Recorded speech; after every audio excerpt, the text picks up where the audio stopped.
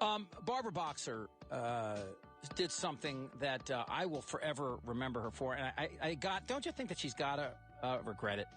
That it was just stupid. Well, it was a year ago today. Can we play it for our listeners who have not heard it?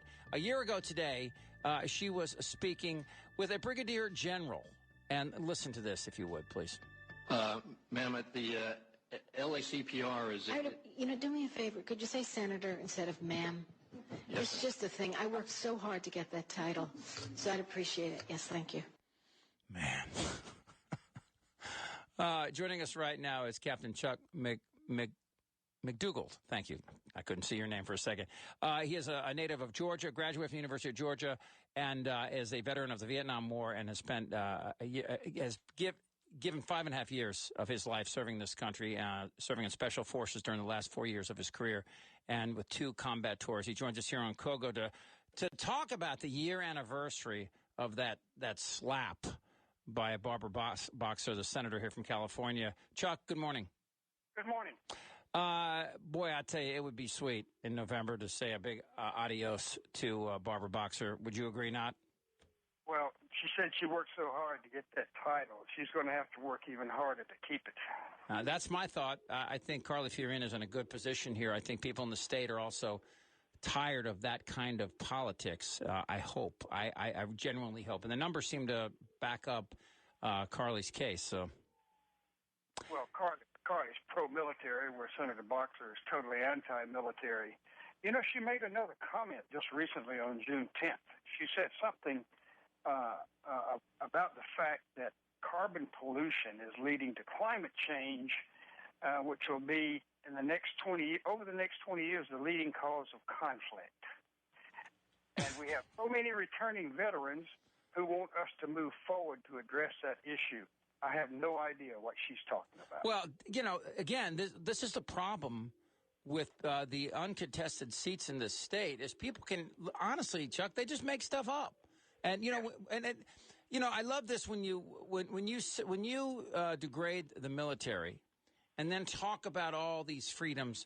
People forget about the basic premises is that the only rights you really have are the ones you can defend. Ask people around that populate most of this planet who live under the thumb of dictators or communist regimes, and ask them about their rights because they're in their mind. Absolutely. She's voted so many times against the military for body armor, for leave for the military. Just about everything military she's voted against. Yeah, and it's interesting, too, when people attack the military, especially on the left, and realize it was a military that was that did the real integration between blacks and whites that were out on the forefront of this long before the American public was aware of it. It was, and so much of that. In fact, you have a bit of the history in that regard as well, right? Oh yeah, my first sergeant in Special Forces was a black guy who, to this day, is a very close friend of mine. Yeah, and this whole idea that the military are a bunch of Neanderthals, that this is propagated time and time again by Barbara Boxer, and her lack of respect for the Brigadier General, whose name escapes me right now. Help me out. Yeah, Brigadier General Michael Walsh. That's it, Michael Walsh. Yeah, that's right. Deb's last name that I keep messing up. The point, I guess, here in this year anniversary, the reason we're bringing this up, I guess, is there's one avenue. This is obviously political. Obviously that there's you and others like myself really want Boxer out. We want her out because I want to see a business-friendly environment in our state, all these things. But on another level, I think this is personal for a lot of you guys, isn't it? Oh, very much so. But by the way, I think she went to Camp Pendleton last week with Michelle Obama. That's the first visit she's had to a military base in 15 years. Really? I think she's having second thoughts, and now she wants to court the veteran vote. Well, I think she's waited too long and been too anti-military to even expect a vote from the military. Well, I would hope that that this tape that we've been playing, we play it incessantly so people can get a true idea of what this woman is. I hope that all the rank and file military that vote in this state have heard it. especially those that, that might vote for her. Because we do have, and I don't know what it is in the military, Chuck, but, we have 90% African Americans voting for Democrats. And it drives me nuts because the real answer to economic freedom, which is the answer to the cities and the problems that black people have had for years in these cities, is economic growth. It's not government. We've had this Camelot game playing since the 60s. It hasn't worked. Look at the cities. Look at Detroit. Look at Philadelphia. Look at Cleveland. Look at Washington, D.C. Look at any block above 110 in New York City. Look at these areas and say, where is this government promise worked in any of these cities? Watts, anywhere, any of these areas. It hasn't. Well, they voted for hope and change, and I think we got the change.